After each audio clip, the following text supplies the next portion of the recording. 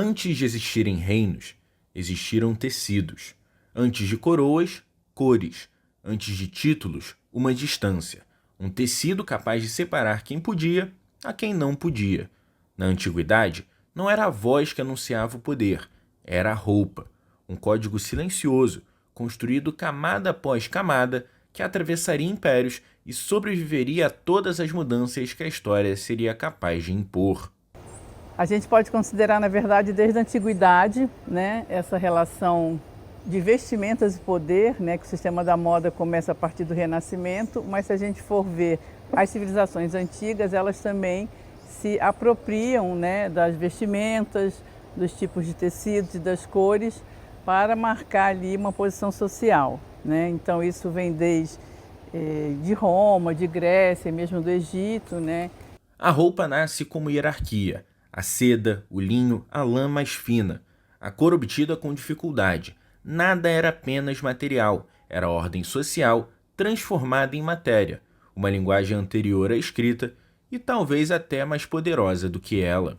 Bom, mas a gente vê que essa construção, né, se dá de várias maneiras, né? Então, quando a gente fala de moda e poder, a gente pensa como funcionava isso na sociedade. Então, não era de uma forma aleatória, era de uma forma que eram criadas leis, né, para o que se podia ou não vestir nas diversas classes sociais. Essas leis são chamadas éditos suntuários, né, leis suntuárias que as pessoas, enfim, eram punidas quando não respeitavam, né. Então é uma relação muito antiga, né, que hoje em dia já está bastante modificada, né. Hoje em dia a gente tem aí uma influência muito mais vindo das ruas, de outras maneiras do que de uma elite social, como foi durante muitas décadas, muitos séculos, né? O poder tem medo do que se parece com ele. Por isso surgem as leis do vestir. O que cada classe podia ou não podia usar não era opinião, era decreto. A roupa deixa de ser escolha e passa a ser vigilância. Então, essa corte europeia, ela já tinha, claro, que o domínio ali dos materiais através das grandes navegações, né? Então, eles tinham esse domínio a partir do Mediterrâneo, né, com a Ásia, com o próprio Brasil, que fornecia o pau-brasil para que fossem tingidos tecidos de vermelho, por exemplo. Então, o vermelho sempre foi uma cor direcionada aos nobres e depois também dentro da igreja aos papas, aos bispos, por ser muito difícil, né, conseguir tingir os tecidos de vermelho. Então, essa era uma questão importante, né? O mundo é reorganizado pelas cores. O vermelho difícil, quase impossível de produzir, transforma-se em cor de estado. Tecidos cruzam os oceanos e retornam como símbolo de quem manda. A roupa se torna mapa político do planeta. Então, como funcionava? Os nobres tinham ali os artífices que forneciam esses materiais para eles, os tecidos, o sapateiro, enfim, os ourives, e todos eles utilizavam os melhores materiais para criar, né, toda essa vestimenta. Tem o filme Elizabeth I, né, que é uma excelente referência em termos de figurino, porque mostra cenas dela tirando aquela estrutura quase teatral, né, porque as primeiras cortes do Renascimento era uma vestimenta bastante teatral, com aqueles suportes que se usavam embaixo dos vestidos muito rígidos, né? Então era todo um ritual ali do vestir, né? Então, em relação aos materiais mesmo, tecidos, as cores, aos botões, as joias, né? Vestir-se podia levar horas. A roupa moldava o corpo para transformá-lo em símbolo. Era menos conforto e mais ordem. Uma arquitetura vestível que dizia, antes da pessoa falar, qual era o lugar dela no mundo. Rígida, durante aí do século XV, XVI, XVII, isso só vai acabar com a Revolução Francesa, que aí cai o édito suntuário, né, os éditos suntuários, né, não são mais colocados em prática, né, mas os imperadores que vêm depois continuam fazendo suas leis, né, então não é que acabou totalmente, as pessoas têm total liberdade. Se a gente pegar uma corte de um Napoleão I até o Napoleão III, a gente tem também várias leis, aí já não usa-se mais o termo édito suntuário, né, mais leis, né, por exemplo, do que um nobre poderia vestir. Então, os vestidos eram bordados a fio de ouro, né? E as mulheres que faziam parte daquela corte, as damas de companhia, só podiam usar vestidos bordados de fio de prata. As leis deixaram de vigorar, mas a distinção permaneceu.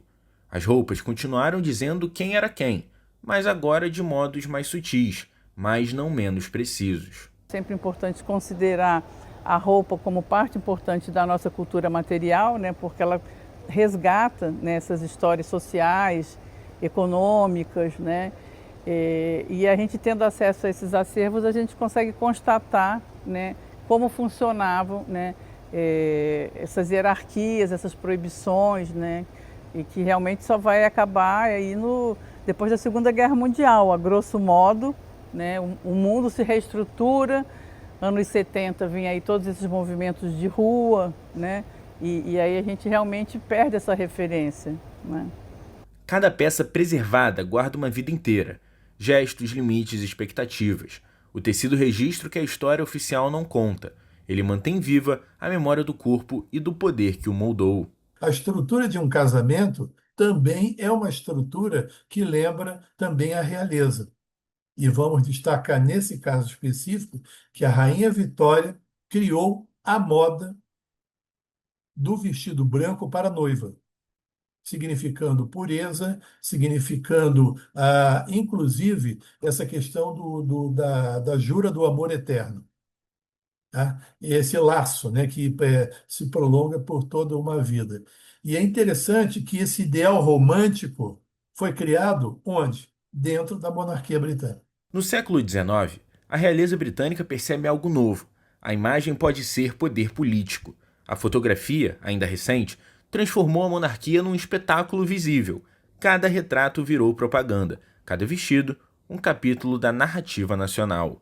Bom, sobre a Rainha Vitória, né, ela tem essa relação interessantíssima com o universo da moda, porque justamente ela foi uma das poucas monarcas que casou apaixonada pelo príncipe Albert, né? Então, a tradição era que as famílias organizassem os casamentos, eles nem se conhecessem, e por uma questão política ou econômica, mas ela realmente era apaixonada por ele e ele morre muito cedo no acidente. Então, para ela, foi uma grande tristeza e por isso ela impõe o ritual do luto, né? Então, o ritual do luto no século XIX é bastante rígido em termos de tempo, que a pessoa tem que usar preto, o nível de parentesco com a pessoa que morreu. Para vocês terem uma ideia como isso se espalha, as pessoas tinham que mudar todo o guarda-roupa de um dia para o outro, né? Que se a pessoa ficasse viúva, por exemplo, ela tinha que usar não só a roupa que ela sai à rua, mas toda a roupa de casa, a roupa de dormir, toda a touca de dormir, meias, lingerie. Então a gente tem alguns exemplares, inclusive no Museu Histórico Nacional, desses trajes de luto. Mas se a gente for pensar, a quantidade de pessoas que morriam no século XIX, que era muito maior, e ora era um primo, um irmão, um marido, e aí tinha aquela rigidez. Então as mulheres acabavam, ou os homens também, vivendo muito tempo de luto. Com a Rainha Vitória, a roupa se torna linguagem de Estado. O luto permanente vira disciplina coletiva. O branco do casamento torna-se tradição planetária. A monarquia cria uma gramática visual capaz de atravessar séculos e influenciar até quem não sabe a quem está reproduzindo.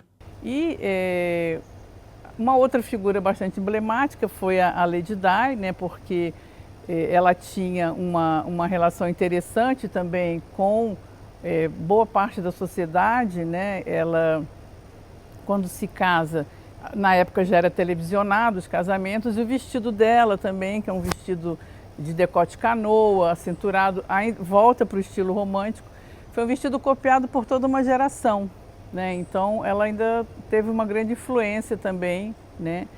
E a gente vê que essa relação tem mudado bastante, até porque o filho da Lady Di, né, que teve aqui no Brasil, ele inclusive briga com a família porque ele quer ir contra essa certa rigidez, né, que existe e que sufocou inclusive a Lady Di, né? Então existem aí várias biografias contando essa história de quanto essa família real, né, que passa essa imagem de felicidade, eu quero ser uma princesa. Eu falo, eu nunca gostaria de ser uma princesa, porque é um inferno aquela vida de princesa, com aquela rigidez, com aquele controle, sabe, com aquelas relações de aparência. Então, o filho também já é contra, né, toda essa questão, então ele se coloca cada vez mais como um cidadão comum. Diana, ou Lady Di, rompeu o véu entre o palácio e o público. O mundo acompanhou cada gesto e cada roupa da princesa do povo como se assistisse a um drama moderno. Ela transformou o vestir em afeto, em narrativa pessoal, em resistência silenciosa, um ícone global que mudou de vez o pacto entre monarquia e sociedade. Então, eu acho que essa questão passa muito por alguns autores. Por exemplo, quando o Gilles Lipovetsky, que é um filósofo francês, escreveu Império do Efêmero, que é um livro que é referência até hoje, ele coloca essa mudança quando ele fala do contemporâneo, né? As pessoas estão em busca não mais daqueles trajes incômodos, né? Elas querem, se você for listar, o principal objeto de desejo dessas mulheres é o conforto, né? Então, acho que a partir disso muda completamente essa visão de uma família aristocrata, né, ter que viver daquela maneira tão rígida no sentido, né, de se vestir de uma forma desconfortável, né, que não deixa de ser. Então a gente vê essa mudança muito grande, né, nessa materialidade da roupa que existia no século XIX para a roupa do século XX e do século XXI, que, como eu falei, é uma roupa descartável. O novo luxo, que agora está presente no armário da realeza, não grita, sussurra. A realeza troca excessos por precisão, brilho por técnica, ostentação por silêncio. Mas o silêncio fino, impecável e caro ainda é um território de poder. O minimalismo esconde uma sofisticação que poucos podem pagar. Não, eu acho assim, quem está no poder pode ser um jogador de futebol, ele tem muito poder, né? Então o que ele usa vai influenciar muita gente. Um líder político, um presidente, ele também tem muito poder. Então eu acho que nunca vai se desvincular, né? Eles vão sempre estar ali usando essa vestimenta a favor deles, quer seja um líder político, um líder esportivo, um líder comunitário, né? O tempo inteiro ele vai estar usando algum tipo de vestimenta, né? Para facilitar aí esse diálogo que ele quer travar, ou para ganhar dinheiro mesmo com um produto, com uma marca, né? Eu acho que isso não termina, né? Então ele tem sempre agora, por exemplo, você vê, os presidentes estão sempre mostrando algumas cenas correndo. Eles querem mostrar que tem saúde, que aguentam mais tempo na presidência. Eles não querem ficar empoados com aquela coisa fechada. É o Macron que veio aqui correndo no calçadão, é o Lula correndo sei lá onde. Então, assim, há pouco tempo atrás a gente não via isso, né? Então, eles, claro que estão criando uma imagem aí. O tempo inteiro estão criando imagem, a roupa ajuda, a vestimenta, né? O corpo, como eu falei, está tomando a frente da vestimenta, porque eles estão mostrando homens saudáveis, com muque, já com quase 80 anos, enfim. Mas eu acho que não vai terminar, né, esse tipo de relação entre moda e poder, quer seja no campo político, esportivo, social. É uma coisa que está meio intrínseca aí, né, nas relações, né? Vivemos na era em que o corpo fala antes da palavra. Políticos, atletas, artistas e religiosos constroem imagens tão estratégicas quanto as das antigas cortes. A roupa segue sendo ferramenta de poder, não mais para separar castas, mas para disputar narrativas em um mundo saturado de olhos. A história do vestir é a história da humanidade, um diálogo contínuo entre quem somos e quem desejamos ser. Das túnicas do Egito aos vestidos de coroação, do preto da Rainha Vitória ao silêncio calculado do Quiet Luxury. A roupa jamais foi superficial, ela sempre foi destino, disputa e desejo. Um idioma antigo que continuamos falando, mesmo sem perceber.